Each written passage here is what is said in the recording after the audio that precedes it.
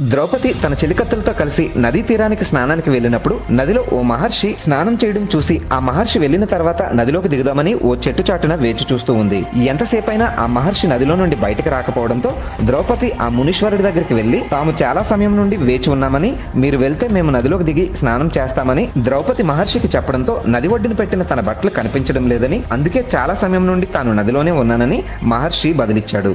వెంటనే ద్రౌపది తన చీర నుండి కొంత భాగాన్ని చింపి నదిలోకి విసిరింది. కానీ అది నదీ ప్రవాహానికి కొట్టుకుపోవడంతో ద్రౌపది మరో కొంత భాగాన్ని చింపి నదిలోకి విసిరింది. కానీ అది కూడా కొట్టుకుపోయింది. ద్రౌపది తన చీర నుండి మరో ముక్కను చింపడానికి ప్రయత్నిస్తుంటే మహర్షి వద్దని చెప్పి ఆ మిగిలే వస్త్రంతో ద్రౌపది దేహాన్ని కప్పుకోవడం వీలు కాదు కాబట్టి ఆ పక్కనున్న వారిలో ఎవరినైనా ఇవ్వమని మహర్షి అడగడంతో వారంతా తమ వస్త్రాన్ని ఇవ్వడానికి నిరాకరించారు. దాంతో మహర్షి ద్రౌపది దాతృత్వానికి మెచ్చి ఆపద కాలంలో ఆ పరంధాముడైన శ్రీకృష్ణుడే నీకు అండగా ఉంటాడని ఆశీర్వదించి అక్కడి నుండి అంతర్ధానమయ్యాడు.